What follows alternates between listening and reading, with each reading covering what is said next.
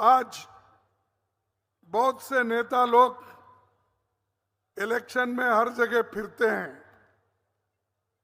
जैसा कि उन्होंने कहा कि केंद्र से मंत्री लोग आ रहे हैं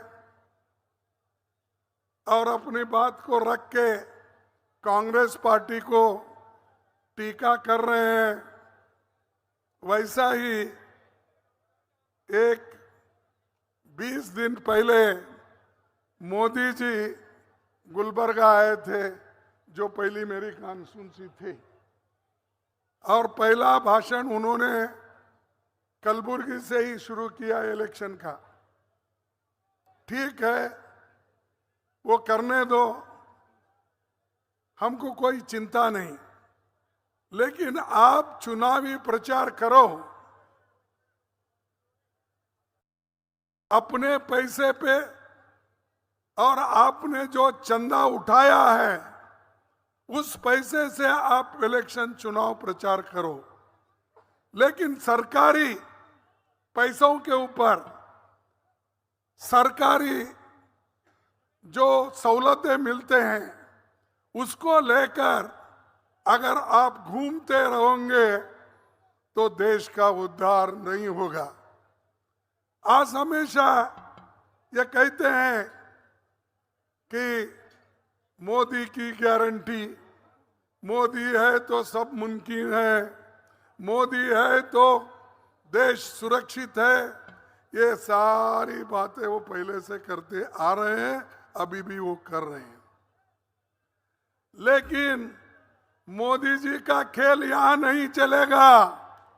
ये चित्तौड़गढ़ है और शक्ति, भक्ति, वीरता का गांव है, यहां पर नहीं चलेगा उनका। पराक्रम की जहां पर गुणगान होती है ये वो धरती है। साहब, ये रेलवे स्टेशन नहीं है, ये रेलवे स्टेशन नहीं है, ये लड़ाकू इलाका है। अपने स्वाभिमान के लिए लड़ने वाले लोग हैं और उनको कोई नहीं हरा सकता। जब तक उनमें जान है, जब तक उनमें स्वाभिमान का एक उनके पास बुलंद करने का हौसला है, उनको कोई धक्का नहीं लगा सकता। और कांग्रेस पार्टी एक तरफ तो ऐसे महान नायक जो चित्तौड़गढ़ महाराणा प्रताप जी का हम स्वागत करते हैं, उसी तरफ आजादी दिलाने वाले महात्मा गांधी जी का भी हम उतना ही, जो शांतिपूर्ण हमको आजादी मिली, उनका भी गौरव हम करते हैं। यहां बहुत से स्वातंत्र सेनानी बन के गए, देश के लिए वो अपनी जान की कुर्बानी दिए। लेकिन मुझे बताओ, जोशी साहब, पीसी जोशी ना, सीपी जोशी, ये मुश्किल है, मेरा कैंडिडेट भी एक जोशी है। तो ये जो है सीपी जोशी जी, आप बताइए कि आपके लोग, आपके लीडर्स, आपके आरएसएस के लोग, आपके बीजेपी के वर्कर्स, कितने लोग आजादी हासिल करने के लिए मर चुके हैं, फांसी पे, फंदे पे चढ़े हैं। हमको बताओ, हिसाब दो। हमारे लोग फांसी पे, फंदे पे चढ़े, मरे, जुलूस निकाले, लाठियां खाए, लाखों लोग अपना घर बार छोड़ के देश के आजादी के लिए लड़े, वो कांग्रेस पार्टी के लोग लड़े। अरे तुम्हारे घर में कौन आगे आकर देश के लिए काम किया, वो बताओ। क्या मोदी जी है? क्या शाह के घर में? क्योंकि शाह तो पाप बेचारा पैदा भी नहीं हुआ था उस वक्त, इसीलिए मैं उनके बारे में कुछ नहीं कहना चाहता हूं। और मोदी जी की भी हालत वही है। लेकिन तुम्हारे पुरखे और तुम्हारे जो बाप दादा है बीजेपी में, आरएसएस में, उनकी हालत क्या थी? अरे तुम तो ब्रिटिशरों के साथ थे। जब गांधी जी लड़ रहे थे तुम लोग खुशियां मना रहे थे। तुम लोग सरकारी नौकरियों में घुस रहे थे। इधर हमारे लोग, कांग्रेस के लोग लाठियां खा रहे थे। पंडित जवाहरलाल नेहरू जी हो, महात्मा गांधी जी, वल्लभ भाई पटेल, अब्दुल कलाम आजाद, ऐसे बहुत, सुभाष चंद्र बोस, सब ये कांग्रेस की एक बहुत बड़ी लंबी फेहरिस्त है। तुम्हारे पास गिनो। अब हमने देश को जो आजादी दिलाई, उस कुर्सी पे आके आप बैठे हो, और वो भी जो जवाहरलाल नेहरू जी और डॉक्टर बाबा साहब अम्बेडकर ने इस देश को जो लोकतंत्र का मंत्र दिया, संविधान दिया, उस संविधान और लोकतंत्र के वजह से ही आप इस देश में प्रधानमंत्री बने हो। तुम्हारा कुछ भी नहीं है। आप संविधान लिखने में आपके लोगों का हाथ है, लोकतंत्र को मजबूत बनाने में आपका हाथ है? नहीं, किसी में भी नहीं। लेकिन हम देश को बचाए, आजादी दिलाए, डेमोक्रेसी को बचाए, संविधान बचाए, इसीलिए मोदी जी आप इस देश के प्रधानमंत्री बन सके, नहीं तो रास्ते पे फिरते थे। और आज जिस आजादी की वजह से, जिस डेमोक्रेसी के वजह से, संविधान के वजह से आप ऊपर आए, आपको स्थान-मान मिला, उसी को कुचलने की कोशिश कर रहे। कांग्रेस के लोगों को ईडी की धमकी दे रहे।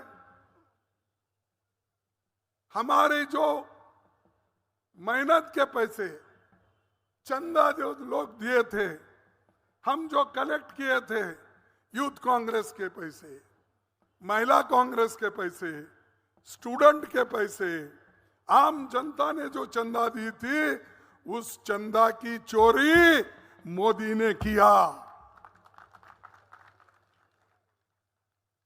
135 करोड़ रुपए हमारे अकाउंट में से, बैंक में से निकाल लिए और वो पेनल्टी में लगा दिए।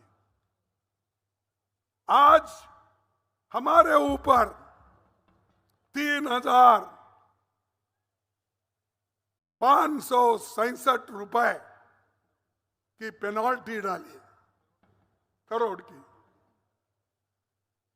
3,567 करोड़ की पेनल्टी कांग्रेस के ऊपर डाले। और ये लोग जो पैसा लिए उसका हिसाब नहीं बोलते हैं। उनकी अगर पेनल्टी होना है तो 4,600 करोड़ के ऊपर पेनल्टी होती। क्यों? आप हुकूमत में रहते हुए अपने पापों को छुपा रहे, कांग्रेस को ब्लेम कर रहे हैं, और हमेशा उनकी जो टीका टिप्पणी रहती है, यही कहते हैं कि परिवारवाद। परिवारवाद तो मैं समझता हूं राजस्थान में तो परिवार के लोग बहुत होंगे।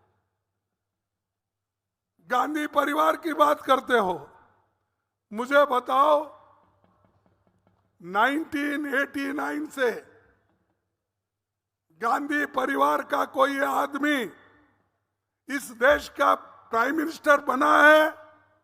आप कहिए, बना है? कोई मिनिस्टर बना है? और फिर भी बोलते हैं परिवारवाद। अरे उस परिवार ने तो देश की एकता के लिए अपनी जान दी, उस परिवार ने अपना सोनिया गांधी अपने पति को खोई। जब उनको मेजॉरिटी मिला, लोग बोले कि आप प्रधानमंत्री बनो, तो उन्होंने कहा मैं प्रधानमंत्री नहीं बनूंगी। एक अर्थशास्त्री जो प्रोफेसर है, उसको मैं इस देश के प्रधानमंत्री बनाऊंगी। इसीलिए मनमोहन सिंह जी को उन्होंने प्रधानमंत्री। अरे हम लोग तो पंचायत की टिकट नहीं मिली तो लड़ते, एमएलए की टिकट नहीं तो रुस के चले जाते, एमपी की टिकट नहीं मिले तो पार्टी छोड़ देते। हम लोगों की आदत यह है। और सोनिया गांधी की आदत क्या है? जो भी कुछ मिला वो दूसरों को उन्होंने अर्पित किया, खुद नहीं लिया। फिर भी आप परिवारवाद, जिस परिवार ने सब कुछ इस देश के लिए दिया, मोतीलाल नेहरू से, जवाहरलाल नेहरू से, इंदिरा गांधी जी से, राजीव गांधी जी से, आज सोनिया गांधी और राहुल गांधी जी लड़ रहे हैं देश के लिए। कन्याकुमारी से लेकर कश्मीर तक एक व्यक्ति पैदल चलता है, लोगों को समझाता है, बच्चों से मिलता है, बूढ़ों से बात करता है, किसानों से बात करता है, किसानों के बारे में चिंता रखता है। उसको बोल रहा है परिवारवाद।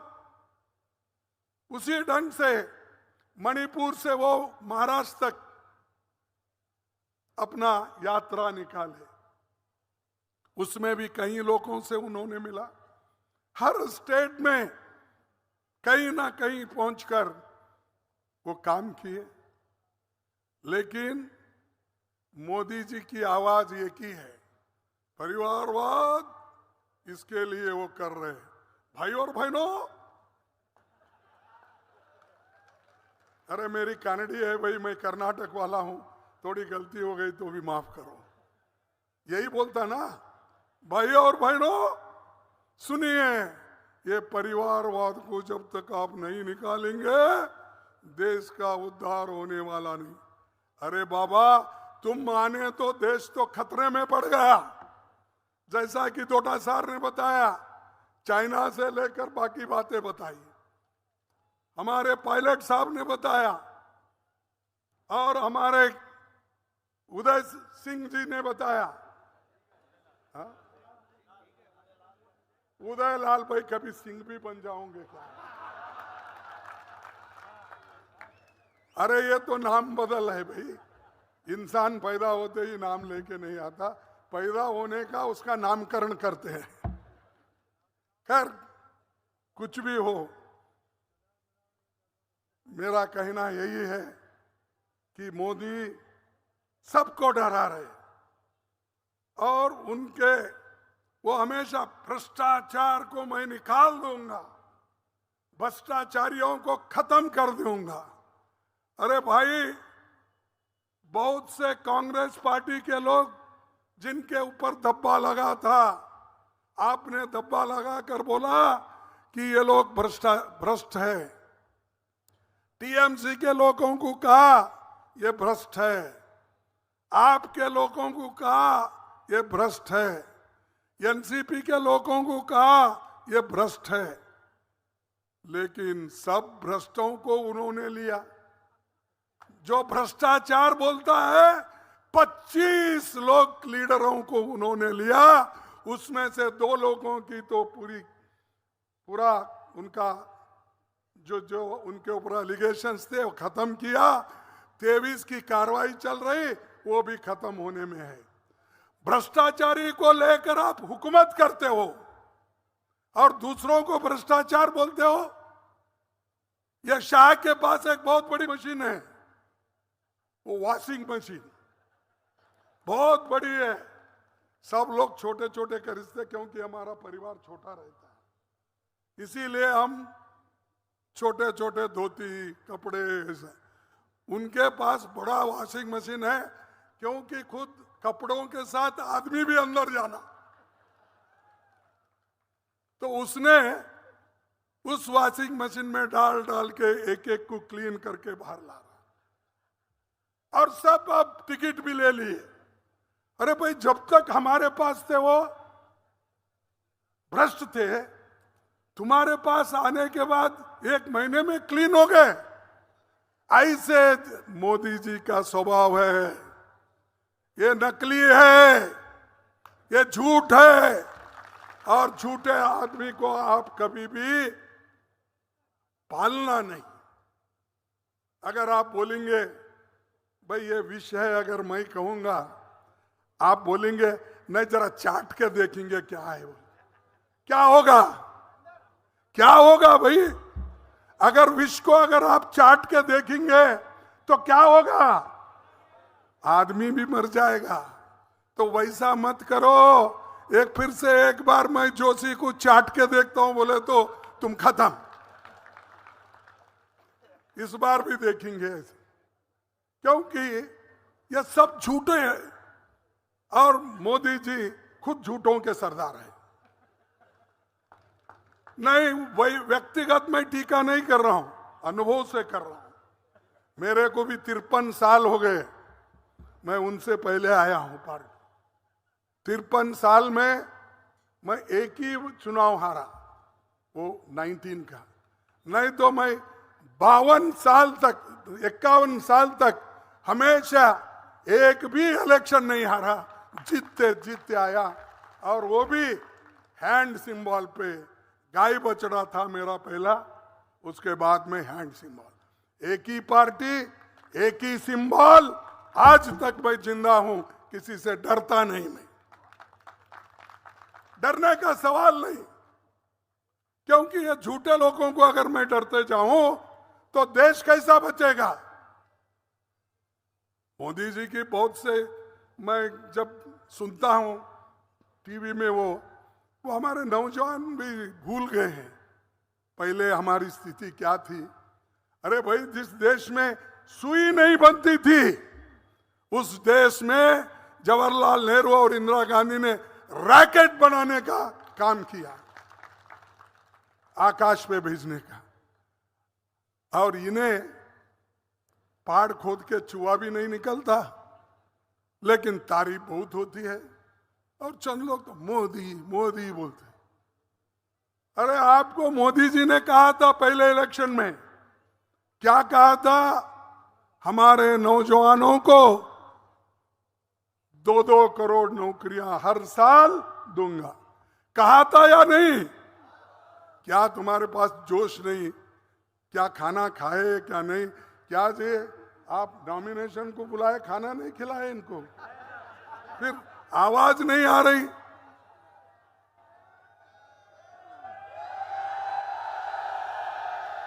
ये मोदी जी 2 करोड़ नौकरी देने का वायदा किए, दिए नौकरी? नहीं दिए। तो वो झूठे हैं कि आप लेकर मेरे को ऐसा बोल रहे हैं? आप झूठे हैं। कौन झूठे हैं? मोदी झूठे। ठीक है, 15-15 लाख रुपए काला धन है, देश के बाहर रखे कांग्रेस वाले, देश का धन लूट के लेके गए। मैं आपके जेब में 15-15 लाख डालूंगा, ये कहा कि नहीं? फिर दिया? फिर मोदी झूठ है क्या हम झूठ है? मोदी झूठ है। फिर उन्होंने ये भी कहा किसानों की आमदनी मैं दुप्पट करूंगा, कहा कि नहीं? तो आज मिला दुप्पट दाम आपको? नहीं। फिर क्या मोदी झूठ है, क्या कांग्रेस वाले झूठ है? आप बताइए।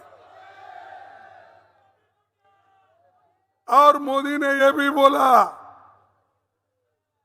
मैं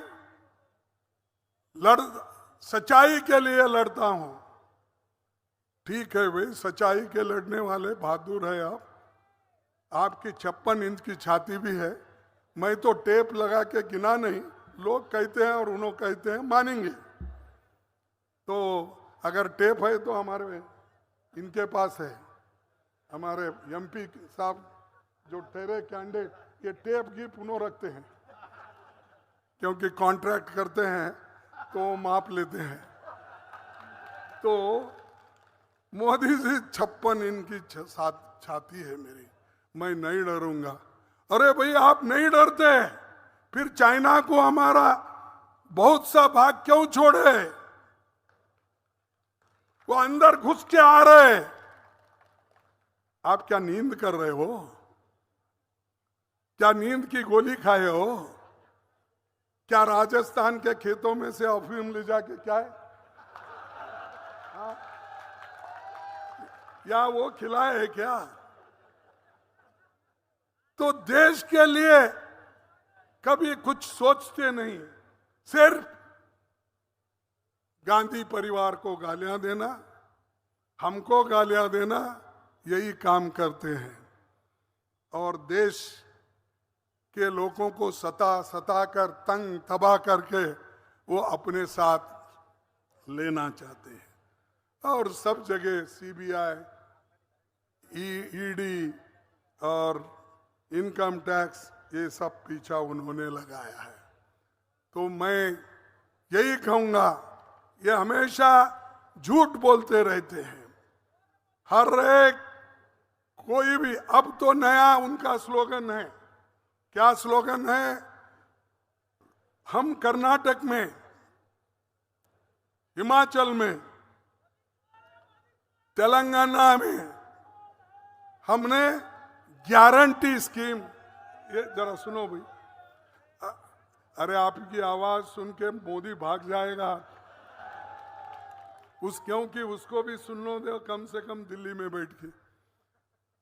तो मैं ये कह रहा था कि हम जो गारंटी दिए थे कर्नाटक में, हिमाचल में और तेलंगाना में, वो गारंटी लेकर लोगों को उसका फायदा दिलाकर, उसका बेनिफिट दिलाकर हम जीत के आए।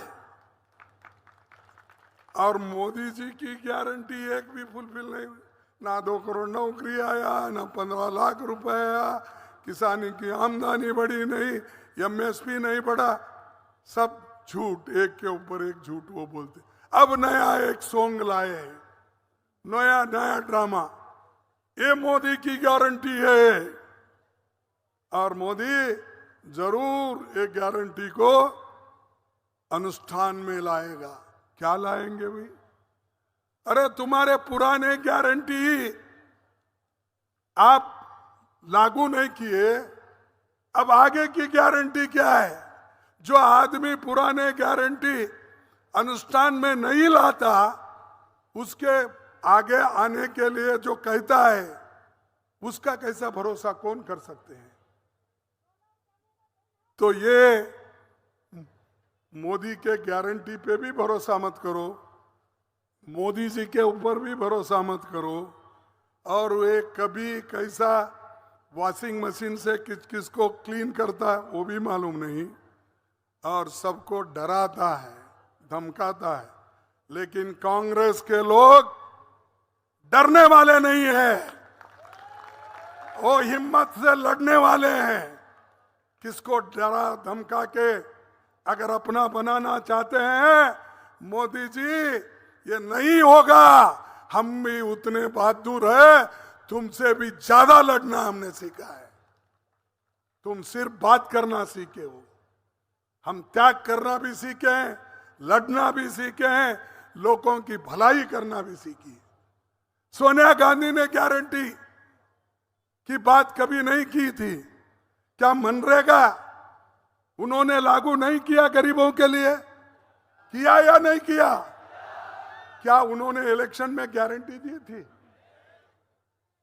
फिर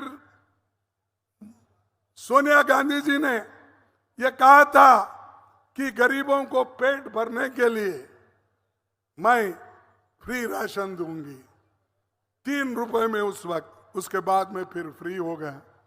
फ्री राशन उन्होंने देकर गरीबों का पेट भरने का काम किसने किया? सोनिया गांधी जी ने किया। और इन्हों अब आ रहे 80 करोड़ लोगों को मैं फ्री राशन दे रहा। अरे बाबा, वो तो मेरी स्कीम है। मेरे स्कीम को आप 5 करोड़ ज्यादा करके 80 करोड़ बोल रहे हैं। मेहनत करा मुर्गी साहब, अंडा खाया फकीर साहब बोले जैसा ही। मेहनत तो हमने किया, कानून हमने बनाया, लोगों का पेट भरने का काम हमने किया। हाथ को लोगों के मजदूर, लोगों को काम दिलाने के लिए, मजदूरी दिलाने के लिए हमने काम किया। बच्चों के पढ़ाई के लिए एजुकेशन उन्होंने फ्री कर दिया। उसी के साथ हेल्थ मिशन, ये योजना उन्होंने भी लाई। और यहां तो राजस्थान में जब गहलोत की सरकार थी, या हमारे लोग जो भी यहां बैठे हैं, इनकी सरकार जो थी, गरीबों के लिए 25 लाख रुपए का फ्री इलाज करने का दिया। कितना? अरे तुम फायदा लेते हुए भी तुम्हारे जबान में नहीं आ रही, इसीलिए हम हार रहे हैं, क्योंकि तुम भूल जा रहे। जो कुछ भी है लेना है, बैठना, उसके बारे में बोलना नहीं। 25 लाख हिंदुस्तान में वो कहीं भी नहीं था, वो सिर्फ राजस्थान में था। तो ये कांग्रेस की देन है।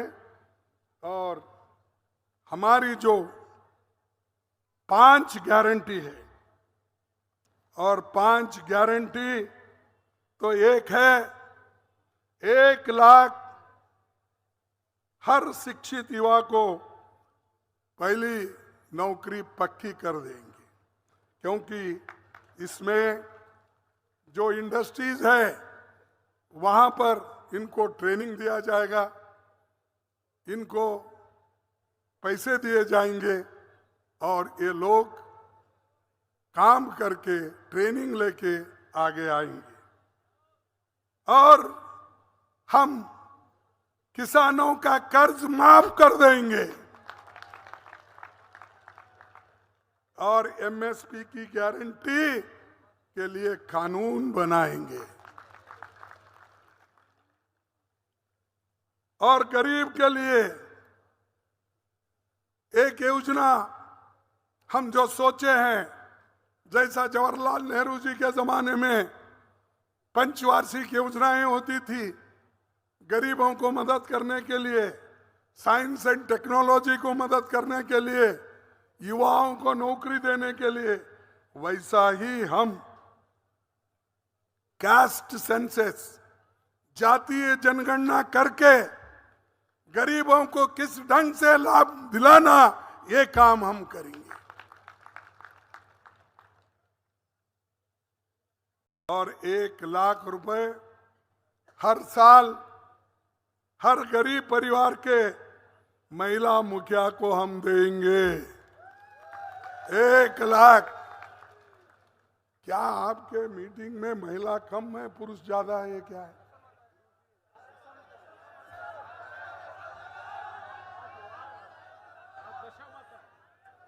तो ठीक है।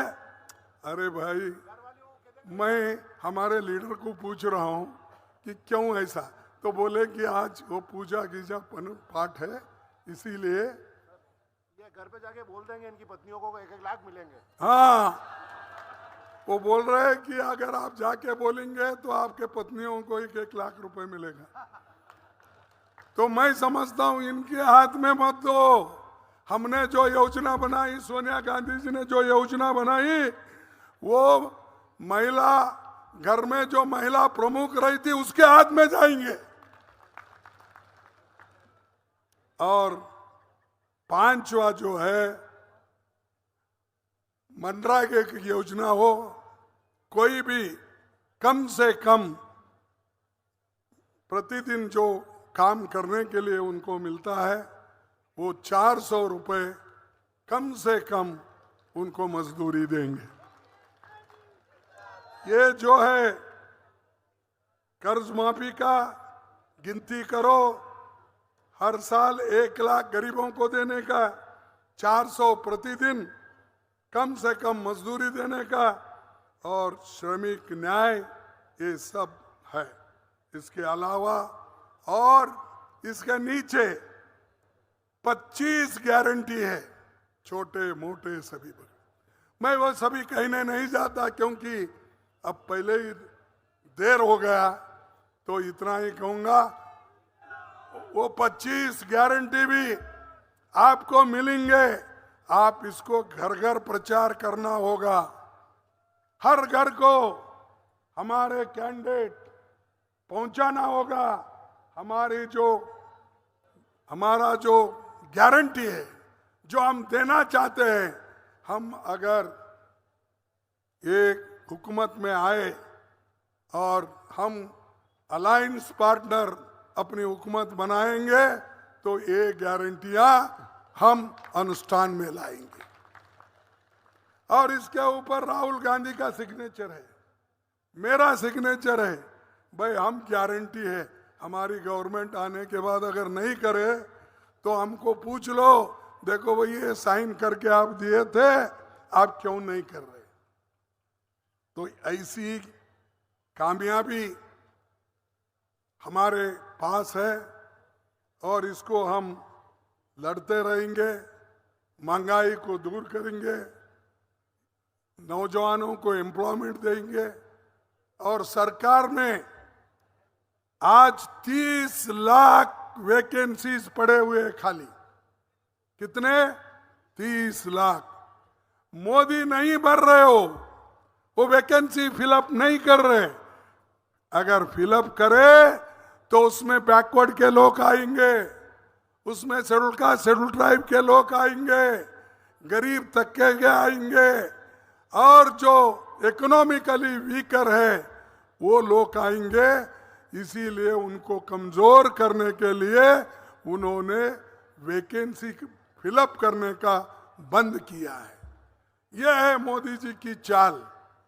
और इसमें आप लोग कोई भी उसके झांसे में नहीं आना चाहिए। वो हमेशा ऐसा ही करते रहते हैं। इसीलिए आप होशियार बनिए और खास करके पार्टी को चुन के लाने के लिए पूरी कोशिश करेंगे। इतना कहते हुए आखिरी एक बात मैं कहता हूं, तख्त का नशा है, तख्त का नशा है, बस देश की फिक्र नहीं। तख्त का नशा है, बस देश की फिक्र नहीं। बेरोजगारी, विकास का कहीं भी जिक्र नहीं। मोदी कभी कहाँ बोले? मणिपुर में दंगे हो रहे, लूट रहे, घर नाश हो रहे, उधर नहीं फिर रहे। पूरे देश में इलेक्शन प्रचार करते फिरते हैं। बाहर देशों में अब तक 14 बार जाके आ गए, लेकिन एक दिन मणिपुर को जाके नहीं आए। ये देशभक्त है, देश की चिंता करने वाले लोग हैं, क्यों नहीं गए भाई? तो इसीलिए मैं कहता हूं, इनको बेरोजगारी की फिक्र नहीं, विकास की नहीं, कहीं की भी फिक्र नहीं। कोई नया झूठ बनाओ, सारे पुराने हो गए। कोई नया झूठ बनाओ, सारे पुराने हो गए। क्योंकि पहले तो बोल बोल कर थक गए हैं, अब नए कुछ तो कुछ लाएंगे। कोई बना के देता है, वो बोलते फिरेंगे। सड़कों पर देखो, बच्चे शाने हो गए। सड़कों पर देखो, बच्चे शाने हो गए। जान भी लगा दो, अगर रुकेंगे एक कदम भी नहीं। यानी इतने आज लोग बेजार हो गए हैं। इसीलिए मैं यही कहूंगा, लोकतंत्र को बचाओ, डेमोक्रेसी को बचाओ, संविधान को बचाओ। ये अगर बच गए, तुम्हारे पूरे हकूक बचेंगे और तुम अपने वोट के अधिकार से लड़ते रहेंगे। तो इसलिए मैं आप तमाम से यही विनती करूंगा कि यहाँ पर इलेक्शन कब है? 26 अप्रैल को वोटिंग। देखिए, कुछ भी काम हो, उस दिन पहले वोट करके तुम्हारे काम को जाओ। सिर्फ तालियां बनाने से कुछ नहीं होता। और जोशीले इतने आवाज पुकारना ये भी काम में नहीं आता। काम में आएगा ज्यादा से ज्यादा 99% आप लोग पोलिंग बूथ पर जाकर हाथ के निशाने पे बटन दबाओ, मैक्सिमम वोट उनको दिलाओ, तभी हम मोदी को हरा सकते हैं। तो इसीलिए मैं कहता हूं, आप करेंगे ना 26 तारीख को ये सभी लोग। अरे भाई इधर पीछे के लोग नहीं बोल रहे। अगर मोदी के सुने नहीं गया, इतने हाथ नहीं उठे, क्योंकि वो यहाँ का टीवी पहले देखता है। जहाँ हम जाते हैं पहले देखते हैं कौन भाषण क्या करे, कौन उनको कुछ बोले, ये पहले देखकर उसके बाद दूसरे जगह जाते हैं। तो इसीलिए आपको ये जरूर करना होगा, ज्यादा से ज्यादा वोट दिलाकर। हमारे वोट कितने हैं? वो 99% वोट आप करिए, 100% करिए, तभी हमारी जीत होगी और तभी हमारा कैंडिडेट जीतेगा। इसीलिए मैं आप तमाम को धन्यवाद देता हूं। इतने शॉर्ट पीरियड में आप हजारों लोग यहाँ पर जमे हैं। तुम सबको फिर एक बार धन्यवाद देते हुए मेरे भाषण को समाप्त करता हूं। जय हिंद, जय कांग्रेस। बहुत बहुत आभार हमारे राष्ट्रीय अध्यक्ष का। देखो मैं बोलूंगा जय हिंद। जय हिंद। अरे क्या मेरे जैसे 82 साल के आदमी के पास इतनी आवाज है, मेरे से 3 पट होना चाहिए। अब जय हिंद, जय हिंद, जय हिंद, जय कांग्रेस, जय कांग्रेस।